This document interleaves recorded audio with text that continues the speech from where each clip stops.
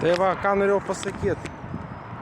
Kai tu ateini pas dantistą ir dantistas tavo dantį gręžia 2 valandas, jis suardo tavo dantį iki šaknų ir tokiu atveju procedūra vadinama šaknų gydymu. Kai dantistas suardo visą tavo dantį iki pat šaknų, padarydamas dantyje didžiulę skylę, jis paverčia tavo dantį plombą ant šaknų.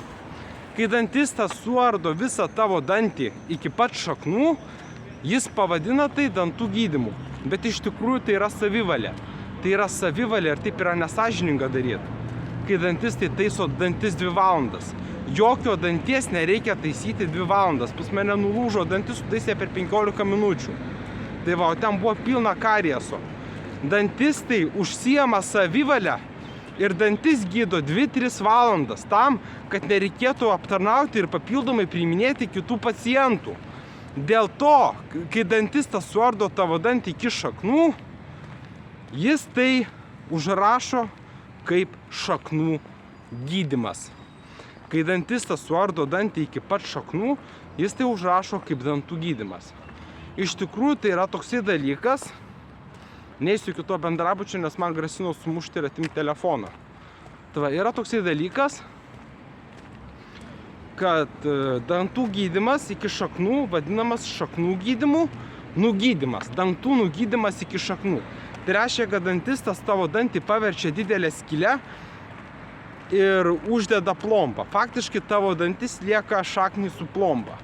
Tiesiog jis ištrupina visą dantį, išgręžia visą dantį ir iš jo padaro tiesiog didelę plombą. Kai dantistas iš tavo danties padaro didelę plombą, jis užrašo, kad buvo reikalingas šaknų gydymas. To įrodyti yra neįmanoma, nes tavo dantį gydė dantistas. Ir jis parašo, kad tavo dantyje buvo kažkokios tai problemos ir reikėjo gydyti šaknis. Iš tikrųjų, tai reiškia realybėje, kad tavo dantį sunaikino tavo gydytojas.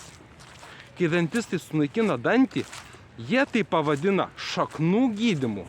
Ir dar ką norėjau pasakyti. Aš turiu labai mažai pajamų. Neturiu pajamų. Dėl šitos priežasties aš nevaikštau į klubus, aš neinu į susitikimus, aš neieškau merginų, nes aš neturiu pajamų. Dėl šitos priežasties aš neieškau panelės, nes gyvenu skurdžiai ir man neužtenka pinigų. Ką noriu pasakyti, kad vėliau atsitiks taip, jog kai mane paviešins televizija, valdžia pradės sąmokslą prieš mane, kuris tęsis iki pat mirties. Valdžia pradės sąmokslą pavadinimu ATE.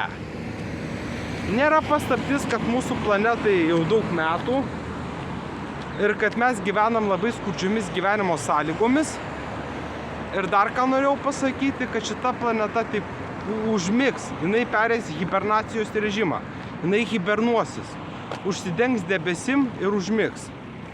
Va ką noriu pasakyti.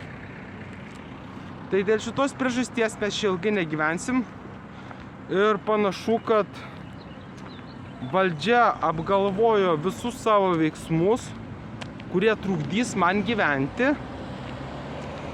Aš negalėsiu ramiai gyventi, aš nuolatos patirsiu smurtą, mane nuolatos terorizuos, aš neturėsiu ramybės, tai vadinasi, o su merginom ramybės ypač reikia, nes jos kelia skandalus. Merginos kelia skandalus, knisa smegenis, keikiasi, pyksta, šaukia, plėšo akis, atsikalbinėja merginos. Dėl šitos priežasties aš neturėsiu galimybės, nei laiko, nei noro ieškoti merginų.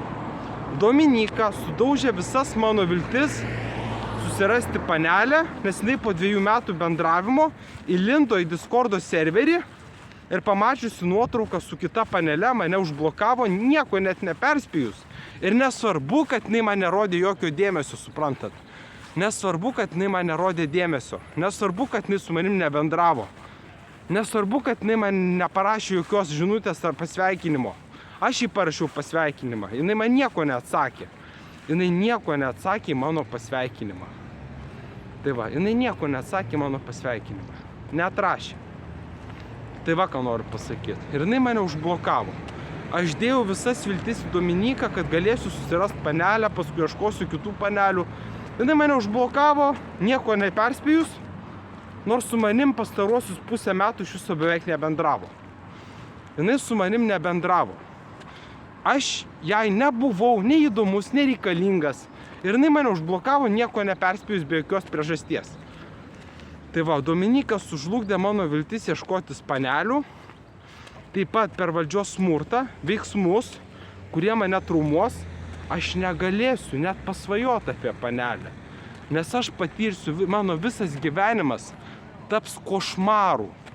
Visas gyvenimas pavirs košmaru. Tokiam košmare nebelieka vietos nei paneliam, nei kažkam gražaus.